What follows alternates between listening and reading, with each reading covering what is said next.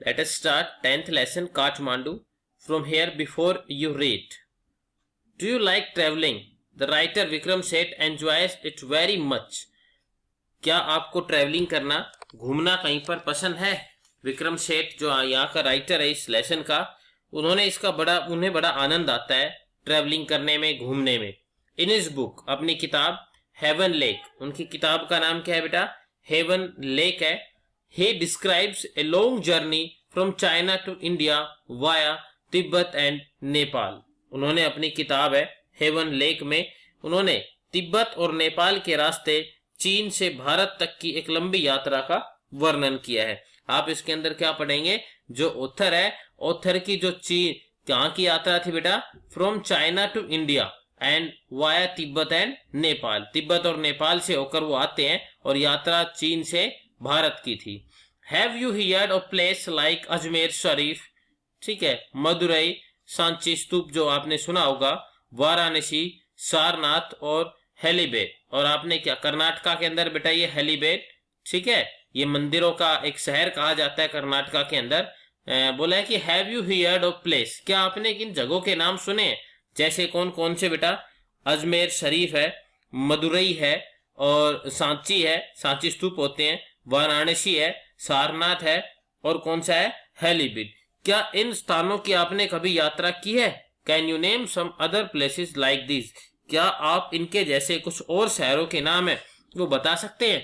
What do the surrounding of A holy place in your city look like, आपके शहर में एक पवित्र स्थल जैसे मंदिर है, चर्च है, गिरजाघर है, ठीक है, जिसको चर्च को गिरजाघर कहते हैं, गुरुद्वारा है, मस्जिद है, क्या आप इन स्थल के इर्द गिर्द किस प्रकार का माहौल होता है इनके चारों तरफ?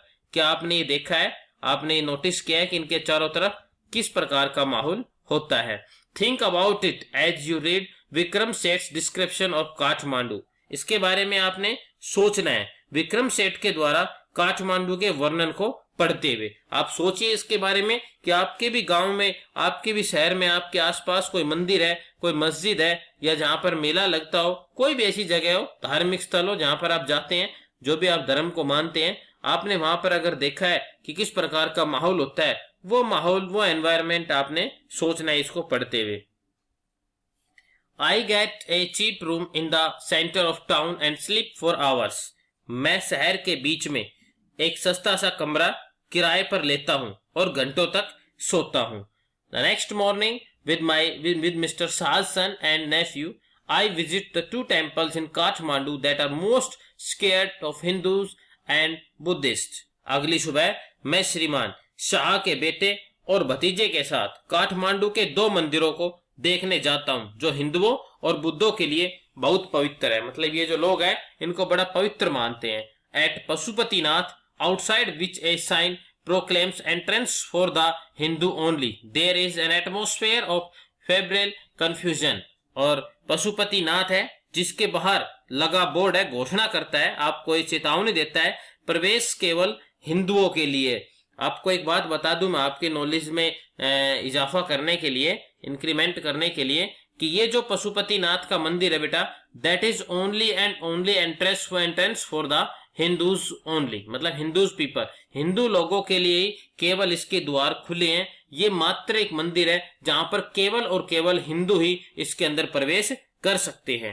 ठीक है, पशुपतिनाथ यहां पर इसलिए बताया क्योंकि पशुपतिनाथ है, ब्रैकेट में लिखा हुआ है, केवल और केवल यहां पर हिंदू ही जा सकते हैं.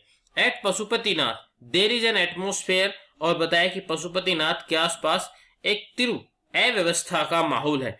तिरु अव्यवस्था क्या होती है बेटा? फेबल कंफ्यूजन, मतलब एक ऐसी व्यवस्था जिसके अंदर हर आदमी है, वो वहां पर बहुत भारी शोर शराबा, अलग अलग प्रकार का, कहीं कुत्ते के भौंकने की आवाज है, कहीं कोई और आवाज आती रहती है, लोग इधर से उधर दौड़ रहे हैं, कोई फेरी वाला बोल रहा है, इस प्रकार का शोर शराबा वहां पर, ऐसा माहौल वहां पर दिखाई देता है.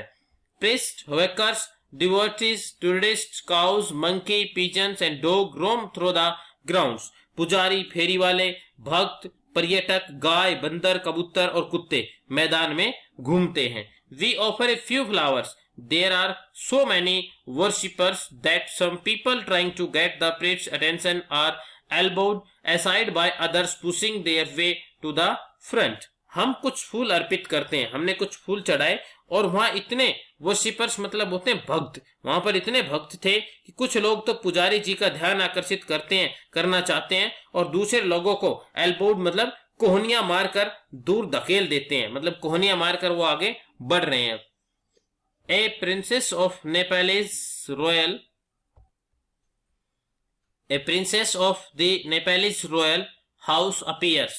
Everyone bows and makes way. Nepal के शाही घराने की एक राजकुमारी आती है, हर व्यक्ति झुकता है और उसके लिए रास्ता बनाता है। By the main gate, a party of saffron-clad westerners struggle for permission to enter. मुख्य द्वार के पास केसरी कपड़े पहने हुए पश्चिमी लोगों का एक दल है। पश्चिम मतलब ये जो अंग्रेज लोग होते हैं, जो हमारे बोला सिर्फ हिंदू एंटर कर सकते हैं, लेकिन ये कौन लोग होते हैं बेटा, जो हिंदू नहीं है, मतलब जो पश्चिमी लोग होते हैं, ठीक है, यूरोपियन जो कंट्रीज होते हैं, इन लोगों के जो दल है वहां पर प्रवेश करने की अनुमति के लिए संघर्ष करता है।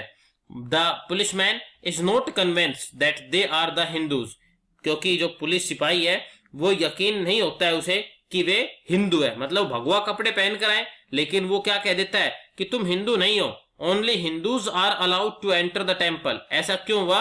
केवल क्योंकि हिंदुओं को ही उस मंदिर में, कौन से मंदिर में बेटा, पशुपतिनाथ के मंदिर में केवल हिंदू लोगों को ही प्रवेश दिया जाता है। Fight breaks out between two monkeys, और वहां पर दो बंदरों के बीच में लड़ाई हो जाती है। Breaks out between two monkeys, एक लड़ाई हो जाती है दो बंदरों के बीच में। One ceases the other who jumps onto a Shivalinga, then runs screaming around the temple and down to the river, the holy Bhagmati. नदी का नाम क्या है? भागमती। और उसके बाद एक बंदर दूसरे का पीछा करता है, जो शिवलिंग के ऊपर कूदता है और चीखता हुआ सारे मंदिर में घूमता है और फिर पवित्र भागमती नदी की तरफ चल देता है। ये जो आपके सामने पिक्चर है, this picture is related to the Pashupatinath temple Kathmandu. नीचे लिखा हुआ है, पिक्चर है ना बेटा, तो ये किसकी है? पशुपतिनाथ टेम्पल की है। बाद में इसको ध्यान से देख लेना। दैट फॉलोज बिलो, वो नदी जो नीचे बह रही थी उस नदी के अंदर कूद जाते हैं। A corpse is being cremated on its bank. बेटा क्रिमेटेड का मतलब क्या होता है? दाह संस्कार करना। और कॉर्प्स का मतलब क्या होता है? एक डेड बॉडी। बताया कि नदी के किनारे पर एक डेड बॉडी का दाह संस्कार, मृत शरीर का दाह संस्कार किया जा रहा था। Washer women are at their work and children bath. जो वाशर वोमेन है, जो धोबिन है, वो काम कर रही थी, मतलब कपड़े धो रही है, और बच्चे हैं वो नहा रहे हैं। From a balcony a basket of flowers and leaves old offering now wilted. Wilted मतलब होता है मुरझा जाना। Is dropped into the river. और बताया कि बेटा एक छज्जे से फूलों और पत्तों से भरी एक टोकरी, जो कि अब मुरझाई हुई पुरानी भेंट है, नदी में गिराई जा रही है। Small stream half protrudes from the stone platform on the river bank. नदी के किनारे पत्थर के चबूतरे में बाहर को आधा निकला एक मंदिर नजर आता है। When it emerges fully, the goddess inside will escape, then the evil period of the Kalyug will end on earth. जब यह पूरी तरह निकल आएगा तो अंदर की देवी बाहर आ जाएगी और धरती पर कलयुग का बुरा समय समाप्त हो जाएगा। ऐसा वो लोग मानते हैं, उनकी धारणा है। At the Buddhanath Stupa, the Buddhist shrine of the Kathmandu, there is in contrast a sense of stillness. और इसके विपरीत काठमांडू के बुद्ध मंदिर बौद्धनाथ स्तूप में शांति की भावना है, वो शांति का संदेश देते हैं। Its immense white dome is ringed by a road. और इसके विशाल सफेद गुंबद के चारों तरफ एक सड़क है। Small shops stand on its outer edge. Many of these are owned by Tibetan immigrants. Felt bags, Tibetan prints and silver jewelry can be bought here. और बाहरी किनारों पर छोटी छोटी दुकानें हैं। इनमें से बहुत सी दुकानें तिब्बती जो प्रवासी है, तिब्बती जो लोग है वो चलाते हैं, और यहाँ पर मोटे कपड़ों के बैग, तिब्बती छपाई का कपड़ा, चांदी के आभूषण खरीदे जा सकते हैं। देयर आर नो क्राउड्स, वहां पर कोई भीड़ नहीं है। This is a haven of quietness in the busy street around. यह आसपास की व्यस्त गलियों के बीच में शांति का स्थान है, एक स्वर्ग की तरह है। Kathmandu is vibe mercenary, religious, with small shrines to flowers add-on that is along the narrowest and the busiest street with fruit sellers,